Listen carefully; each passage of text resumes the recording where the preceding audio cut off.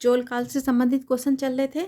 देखिए हमने बताया था चोलों का उल्लेख कहाँ मिलता है, वर्तिका में मिलता है, महाभारत में मिलता है और मैगनीज की इंडिका में भी मिलता है। इसका उल्लेख कहाँ कहाँ मिलता है, देखिए वर्तिका में है, महाभारत में और इंडिका में इसका उल्लेख मिलता है। और चोलों के सिक्कों का ढेर कहाँ से मिलता है, ये धवलेश्वर से मिलता है। कहाँ मिलता है, धवलेश्वर से मिलता है। और देखिए चोल काल में देखिए देवदासी प्रथा और दास प्रथा प्रचलन में थी। देवदासी का उल्लेख देखिए कालिदास ने भी किया है। और दास प्रथा का सर्वप्रथम उल्लेख किस में मिलता है, सैंधव सभ्यता में मिलता है। ठीक है, और इसका उल्लेख किस में मिलता है, दास प्रथा का, तो ऋग्वेद और उत्तर वैदिक काल में मिलता है। और देखिए कौटिल्य ने भी 9 प्रकार के दासों का उल्लेख किया है। और मनु और कौन है, महाभारत, मनु और महाभारत में 7 प्रकार के दासों का उल्लेख मिलता है। और सर्वाधिक यानी दासों का उल्लेख कहाँ मिलता है, तो नारद स्मृति में, यानी 15 प्रकार के दासों का उल्लेख मिलता है। और देखिए पूछा जा रहा है कि क्या कह रहा है कि चोल राजाओं में किसने एक सीलोंग यानी श्रीलंका के विजय प्राप्त की थी। करने वाले कौन है, देखिए उत्तर श्रीलंका को किसने जीता था, इनके पिता हैं राजराज ने जीता था। लेकिन संपूर्ण श्रीलंका को कौन जीतेंगे, तो ये राजेंद्र प्रथम हो जाएंगे। और देखिए इनका अगर काल देखें 1014 से 1044 तक का इनका काल है।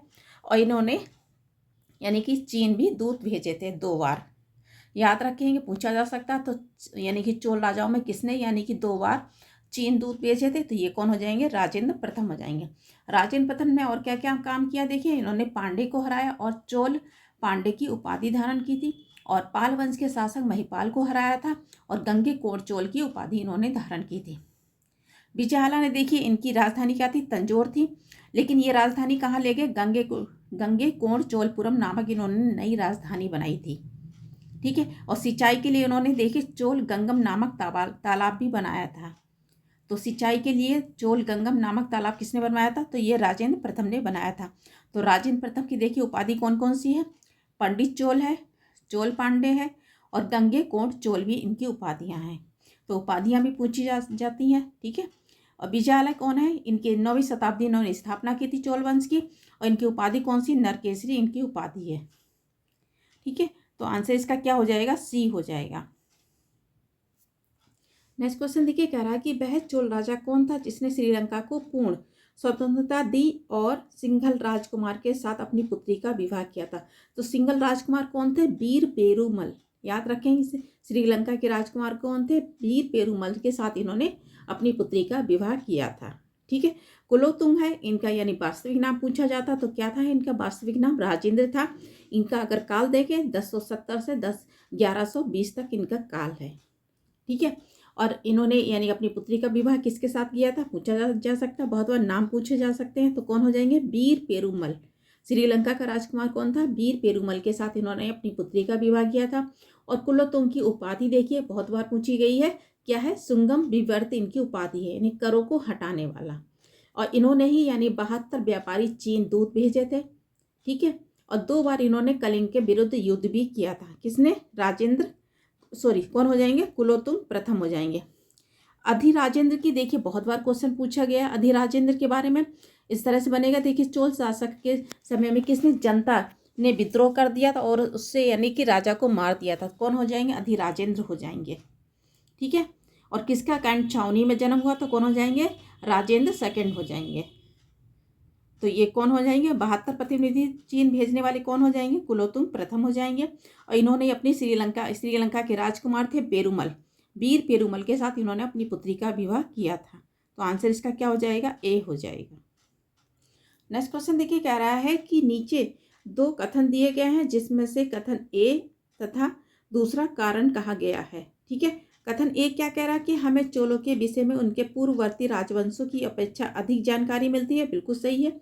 जैसे राजराज प्रथम है और राजेंद्र प्रथम है कि यानी मंदिरों में ऐतिहासिक दीवारों पर इसका उल्लेख मिलता है। कारण देखिए क्या कह रहा है कि चोल शासकों ने मंदिरों की दीवारों पर अभिलेख करने का चलन यानी प्रारंभ किया था, बिल्कुल सही है। और किसके बारे में जानकारी मिल रही है, देखिए राजराज प्रथम की और राजेंद्र प्रथम की।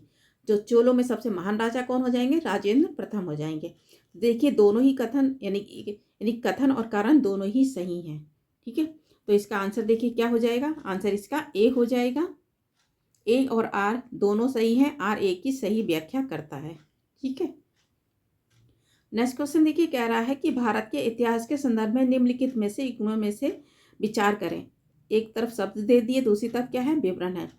तो एरीपत्ती क्या था, देखिए भूमि जिसमें मिलने वाले राजस्व अलग से ग्राम जलाशय में रख रखाव के लिए निर्धारित किया जाता था, उन्हें क्या कहा जाता था, एरीपत्तम कहा जाता था। बिल्कुल सही है।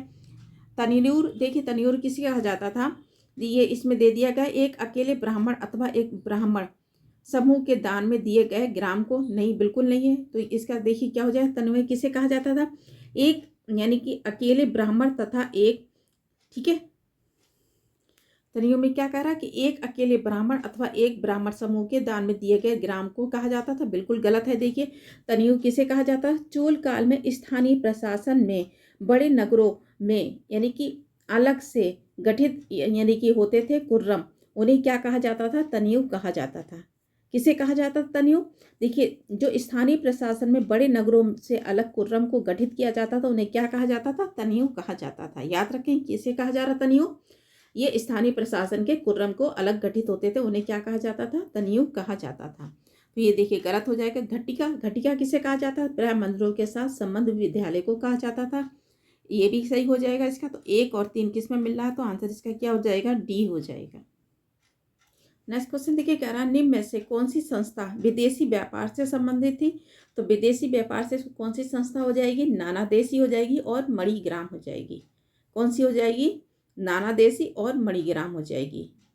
श्रेणी की बात करें, देखिए तो श्रेणी किसे कहा जाता, श्रेणी यानी एक प्रकार के व्यवसाय करने वाले लोगों की समिति को क्या कहा जाता, श्रेणी कहा जाता था। श्रेणी किसे कहा जा रहा, देखिए एक प्रकार के व्यवसाय करने वाले लोगों की समिति को श्रेणी कहा जाता था। और नगरम किसे कहा जा रहा, देखिए नगरम उन्हें कहा जाता जो व्यापारियों के स्थानीय संगठन को नगरम कहा जाता था। ठीक है, व्यापारी के स्थानीय संगठन को क्या कहा जाता, नगरम कहा जाता था।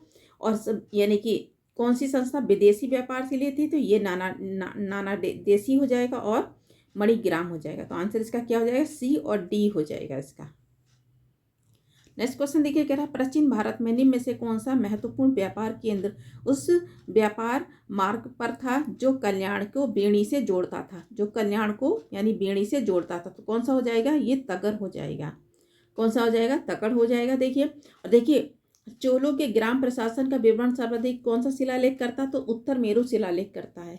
कौन करता है, उत्तर मेरु शिलालेख में मिलता है इसका वर्णन। ठीक है, और पूछा जा रहा है कल्याण से बेणी को कौन जोड़ता था, तो ये तगर जोड़ता था व्यापार। ठीक है, तो आंसर इसका क्या हो जाएगा, एक हो जाएगा।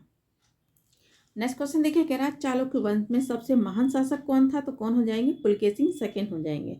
कौन हो जाएंगे, पुलकेशिन सेकंड हो जाएंगे। और पुलकेशिन के समय में ही कौन आया था, यानी कि चीनी यात्री ने हेंगसांग ने भी भारत आया था। ठीक है, पुलकेशिन समय में कौन आया था, चीनी यात्री हेंगसांग भी आया था। और पुलकेशिन सेकंड ने ही किसको, फारस के शासक खुसरो खां के दरबार में एक यानी मंडल भेजा था। इसका यानी कि वर्णन कहाँ मिलता है, तो अजंता की गुफाओं में चित्रण में इसका वर्णन मिलता है। पुलकेशिन यानी कि चालुक्य वंश में सबसे महान शासक था। इनका यानी कि विवरण कौन सा मिलता है, एहोल अभिलेख में मिलता है, जो किसने लिखा, रवि कीर्ति ने लिखा है। और पुलकेशिन सेकंड ने ही हर्षवर्धन को नर्मदा नदी के किनारे हराया था। ठीक है, तो देखिए चालुक्य वंश में 3 यानी शासक हुए। देखिए पहला कौन है, बतावी के चालुक्य है, जो स्थापना कौन कर रहे हैं, पुलकेशिन सेकंड कर रहे हैं। कब कर रहे हैं, 535 से 556 तक की इन्होंने स्थापना की थी। उसके बाद में कौन हो जाएंगे, बेणी के चालुक्य हो जाएंगे। और बेणी के चालुक्य ने किसकी स्थापना की थी, किसने की थी, ये विष्णु वर्मन ने की थी। और कब की थी, 615 से 7वीं शताब्दी में की थी इन्होंने। ठीक है, उसके बाद में कौन आ जाएंगे, कल्याणी के आ जाएंगे। और कौन किसने स्थापना की थी, तैलप सेकंड ने की थी। कब की थी, 993 से 997 यानी 10वीं शताब्दी में की थी इन्होंने। तो कभी कभी चालुक्य वंश के यानी कि शासकों का क्रम भी पूछ लिया जाता। कौन हो जाएंगे, सबसे पहले बतावी के हो जाएंगे, फिर बाद में बेणी के हो जाएंगे चालुक्य, फिर कल्याणी के चालुक्य हो जाएंगे। तो पूछा जा रहा सबसे महान शासक कौन था, तो ये पुलकेशिन सेकंड थे। इन्होंने किसको हराया था, इन्होंने हर्षवर्धन को हराया था। तो आंसर इसका क्या हो जाएगा, सी हो जाएगा। 38 देखिए, कह रहा निम्नलिखित में से किस वंश द्वारा प्राय महिलाओं के प्रशासन में उच्च पद प्रदान किए जाते थे। किसमें किए जाते हैं महिलाओं को उच्च प्रदान, तो ये चालुक्य वंश हो जाएंगे। ठीक है, चालुक्य के शासक काल में प्राय महिलाओं को उच्च पद यानी नियुक्त किए जाते थे। और विक्रमादित्य के भाई जैसे चंद्रादित्य की रानी जो थी विजय भट्टारिका ने अपने नाम से 2 यानी ताम्रपत्र लिखवाए थे और कुछ समय तक इन्होंने शासन भी किया था। जो विक्रमादित्य ने अपनी छोटी बहन यानी कुमकुम देवी, कभी कभी पूछा जा सकता है, ठीक है, तो कुमकुम देवी ने के कहने पर उन्होंने एक विद्वान ब्राह्मण को क्या एक गांव दान में दिया था। तो किसकी बात हो रही है? महिलाओं को प्रशासन में उच्च पद प्रदान हो रहे, तो कौन हो जाएंगे? चालुक्य वंश हो जाएंगे। आंसर इसका बी हो जाएगा। नेक्स्ट क्वेश्चन देखिए, कह रहा है कि चालुक्य की राजधानी क्या थी? चालुक्यों की राजधानी क्या थी? इनकी राजधानी बताबी थी, ठीक है। और सबसे महान शासक कौन थे? पुलकेशिन सेकंड थे। आंसर इसका क्या हो जाएगा? ए हो जाएगा। नेक्स्ट क्वेश्चन देखिए, कह रहा है कि कवि कालिदास के नाम का उल्लेख किसमें हुआ है? तो किसमें हुआ है? ये ऐहोल अभिलेख में हुआ है। ये किसका है? पुलकेशिन सेकंड का है। और किसने लिखा है? तो ये रवि कीर्ति ने लिखा है, ठीक है। किसने लिखा? रवि कीर्ति ने लिखा है। और इसी में उल्लेख महाभारत के लिए यानी कि 3101 ईसा पूर्व की तिथि का भी इसमें उल्लेख किया गया है। और ये किस भाषा में? संस्कृत लिपि में है ये, ठीक है। किस भाषा में लिखा गया? संस्कृत लिपि में लिखा गया है। और किसने लिखा? रवि कीर्ति ने लिखा। और किसका है ये? पुलकेशिन सेकंड का ही है। तो आंसर इसका क्या हो जाएगा? बी हो जाएगा। 41 देखिए, कह रहा संस्कृत के कवि नाटककार कालिदास का उल्लेख मिलता है, तो किसमें मिलता है? ये पुलकेशिन सेकंड के ऐहोल अभिलेख में मिलता है ये, ठीक है। और ये किसने लिखा? ये रवि कीर्ति इनके दरबार में थे, इन्होंने लिखा था। तो आंसर इसका क्या हो जाएगा? ए हो जाएगा। 42 देखिए, कह रहा है कि किस शासक ने सिंघल द्वीप के विरुद्ध 642 में 2 समुद्री अभियान भेजा था? तो किसने भेजे थे? ये नरसिंह वर्मन प्रथम हो जाएंगे। कौन हो जाएंगे? नरसिंह वर्मन प्रथम हो जाएंगे। और किस वंश से है ये? पल्लव वंश से हैं ये शासक, ठीक है। किस वंश के हैं? पल्लव वंश के हैं। और देखिए, चोल लोग किसके सामंत थे? तो ये पल्लवों के सामंत थे। और पूछा गया है कि चोल लोग किसके सामंत थे? पल्लवों के सामंत थे। और बाद में हारने के बाद किसके सामंत बन जाते? तो ये पांडवों के बन जाते हैं सामंत, ठीक है। पहले किसके थे? पल्लव के थे। और बाद में किसके बनते हैं? पांडवों के बनते हैं। बहुत बार पूछा गया, ठीक है। तो किसके सामंत थे चोल लोग? तो ये पल्लवों के सामंत थे पहले। और इसमें शासक कौन हो जाएंगे? नरसिंह वर्मन प्रथम हो जाएंगे। इनकी उपाधि कौन सी है? देखिए, तो इनकी उपाधि कौन सी होगी? महामल्ल थी इनकी उपाधि। और सर्वाधिक योग शासक कौन था? तो यही थे, ठीक है। कौन थे? यही थे। और इन्होंने श्रीलंका के कौन थे? मान वर्मन। कौन है? मान वर्मन की सहायता के लिए उन्हें यहाँ पर नौसेना भेजी थी। किसकी सहायता के लिए भेजी थी? मान वर्मन की सहायता के लिए इन्होंने नौसेना भेजी थी। तो आंसर इसका क्या हो जाएगा? बी हो जाएगा। 43 देखिए, कह रहा प्राचीन संस्कृत ग्रंथों में प्राचीन यमन प्रिय शब्द का घोतक है, तो किसका हो जाएगा? ये काली मिर्च का घोतक है, ठीक है। यमन प्रिय किसे कहा गया? तो ये काली मिर्च को कहा गया है। तो आंसर इसका डी हो जाएगा। नेक्स्ट क्वेश्चन देखिए, कह रहा है कि हल्बी किस यानी भाषा परिवार से संबंधित है? तो किससे हो जाएगी? तो ये आर्यों से संबंधित है। हल्बी भाषा देखिए छत्तीसगढ़, उड़ीसा, आंध्र प्रदेश आदि भूभाग क्षेत्रों में बोली जाने वाली भाषा है, ठीक है। और ये देखिए, जो जो इंडो आर्यन भाषा परिवार का हिस्सा था, इसलिए किसे क्या जाता है? आर्यन की किस भाषा का ही संबंधित है हल्बी? तो ये आर्यन से संबंधित है। तो आंसर इसका ए हो जाएगा। नेक्स्ट क्वेश्चन देखिए, कह रहा है कि तोलकाप्पियम ग्रंथ है, तो कैसा है? ये व्याकरण और काव्य ग्रंथ है। और किस शैली में लिखा गया? तो ये सूत्र शैली में लिखा गया है, ठीक है। किस शैली में लिखा गया है? सूत्र शैली में लिखा गया है ग्रंथ है। और ये लिखने वाले कौन है? तो लिखने वाले कौन है? तोलकाप्पियर हैं। कौन है? तोलकाप्पियर ने लिखा है इस ग्रंथ को। इसी में क्या मिलता है? धर्म, अर्थ, काम और मोक्ष की नियमावली का भी इसमें ग्रंथ का उल्लेख मिलता है। तो आंसर इसका क्या हो जाएगा? सी हो जाएगा। आज इतने क्वेश्चन रखते हैं। धन्यवाद।